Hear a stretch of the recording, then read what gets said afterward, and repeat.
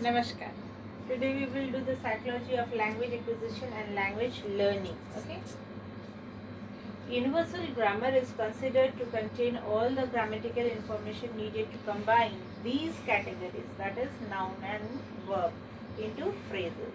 The child's task is just to learn the words of her language. It is by Ambig and the Levin. Ambig and Levin has said that universal grammar is considered to be the grammatical information. Okay, and it is needed to combine the category. The grammatical information is needed to combine the category, means the noun category and the verb category.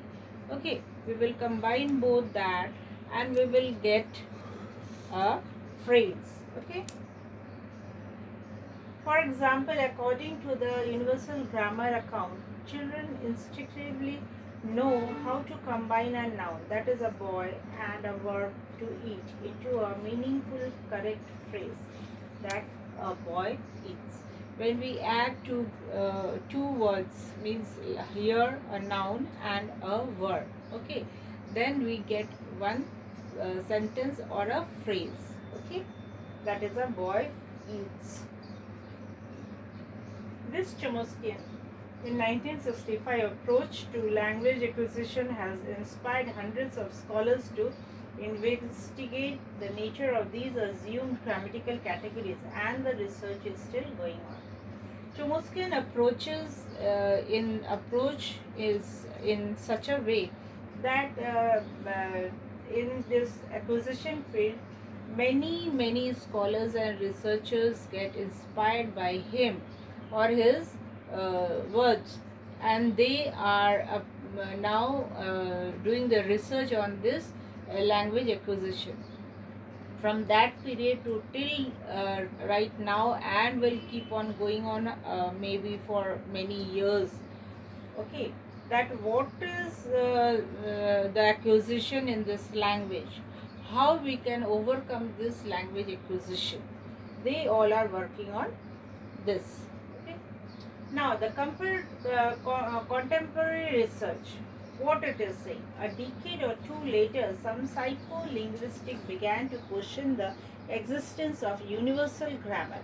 They argued that categories like the noun and verb are biologically, evolutionarily, and psychologically implacable,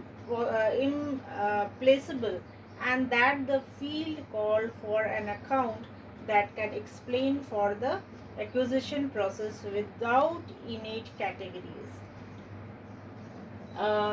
Without any categorically doing something, this it is said that maybe a decade or two or a later also, it may take or more time also, this psycholinguistic began to question in this existence universal grammar.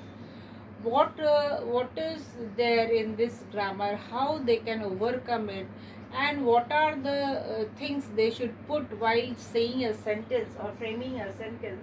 They had argued in a category way. Okay, and where in the category, what is there, the verb and the noun and the verb, which are biologically or evolutionarily or psychologically, it is impulsive, very impulsive.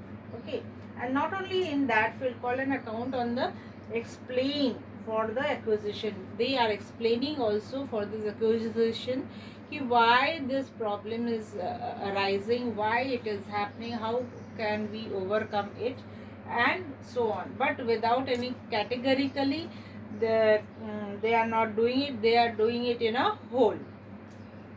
Researchers started to suggest that instead of having a language specific mechanism for language processing, children might utilize general cognitive and learning principles. Means researchers are saying, when we are talking in English, our sentence is framing in some way. When we are talking in some other vernacular languages, the sentence are framed in a different way. But it is the same process, but we are having in a different form. Okay, means here it is mentioned very, instead of having a language specific mechanism, all this language are said in different mechanism, they have different mechanism for telling a sentence process. Children might utilize general cognitive and learn principles. Okay, they may be learning some principles. Yes, this we have to follow. Like when we see a word, there is a subject, then verb, then object. Okay, whereas when we are talking in a vernacular language, it is subject, then um, object, then verb, not the verb in the middle. Okay, thank you for this class.